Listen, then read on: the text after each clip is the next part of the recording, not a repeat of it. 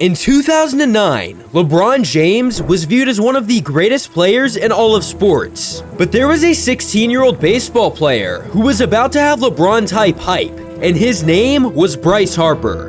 In a Sports Illustrated article in June of 2009, they called him the most exciting prodigy since LeBron James. And he was also being labeled as baseball's chosen one. And at 16 years old, he would beat minor leaguers in a home run derby. He became the #1 draft pick in 2010 to the Washington Nationals. At only 17 years old, he was considered the Nationals' next big thing. 1 year later in 2011, the Nationals made another huge pick, selecting Anthony Rendon with the 6th pick in the draft. This team would turn into one of the most talented in the entire league. Harper went on to win an MVP in the future. However, he would also become baseball's biggest villain. From a teammate choking him out, players voted Harper as the most overrated player in the league. Even with the hate though, this core was supposed to be good enough to win a World Series in the future. And in 2019, they won it all, with Anthony Rendon playing at a very high level. But yet again, their new villain was Anthony Rendon, because he thought that baseball was boring. And according to him, it was also too long. Regardless, his 2019 performance was good enough to shut it all up. As great as 2019 was though, Bryce Harper would not be a part of this World Series winning team because he left in free agency 1 year before the World Series. Luckily for Bryce, he got paid top dollar money. And luckily for the Nationals, the World Series was awesome. But maintaining the success in the long run was just not going to be plausible. Before the 2020 season, Anthony Rendon would leave the Nationals in free agency. The positive for Washington is that they believed that they already had his replacement, his supposed successor, a third baseman named Carter Kieboom. But first, let's go back to Kieboom's high school days, when he played at Walton High School in Marietta, Georgia. But first, a word from our sponsor, Rival Fantasy, who created a new experience in fantasy baseball. It's called Best Ball.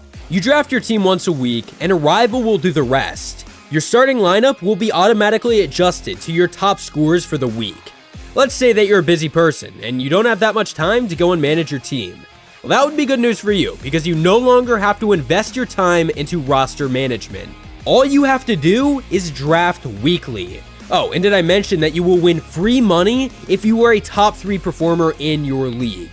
There are 6-team drafts, 9-team drafts, and even more.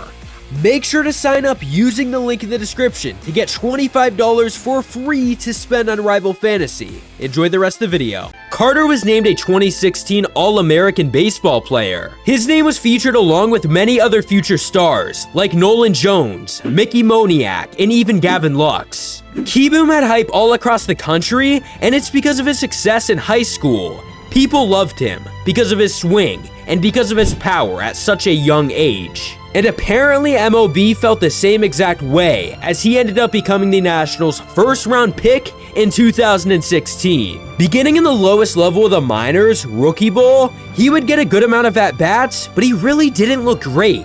However, in 2017, Kieboom would shine in the minor leagues, showing off elite plate discipline, and best of all, elite hitting. He would continue the success throughout the rest of his minor league career, but what he was able to do in 2019 made it even more worthwhile.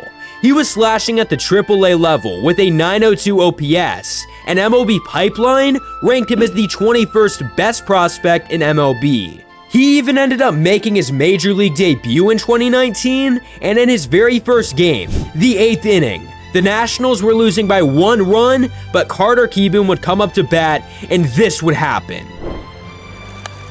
That ball's well hit to center. Going back is Margot. See you later. First big league hit. Fans were ecstatic. Him hitting that home run brought energy, and especially for his parents who got to watch him hit that home run. But unfortunately for Kieboom, the next 7 games would be very poor for him, as he would only hit 2 baseballs. And to make matters even worse, most of his at-bats were ending in strikeouts in a very poor fashion. And afterwards, he would be sent down from April all the way to the end of the season. So going into 2020, it seemed bound that Carter Kieboom would get his full-time opportunity. It all started in spring training, where he put together really a lot of nothing, hitting only .233 with a huge 9 strikeouts and 30 at-bats. Not to mention, he committed 3 errors with his glove during spring training. He was not ready, and that much was clear. And unfortunately for Carter, he would have no chance to continue developing in the minor leagues because of the global pandemic in 2020. So the Nationals just kind of had to throw him in there as the starting third baseman. In a shortened 60-game season, Carter at third base did not go according to plan at all.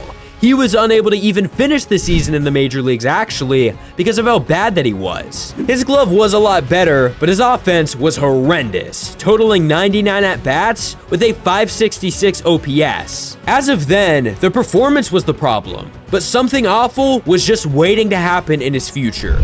But before then, spring training 2021, Carter was underwhelming, going 4 for 22, and it would eventually mean that he would be sent down on March 27th.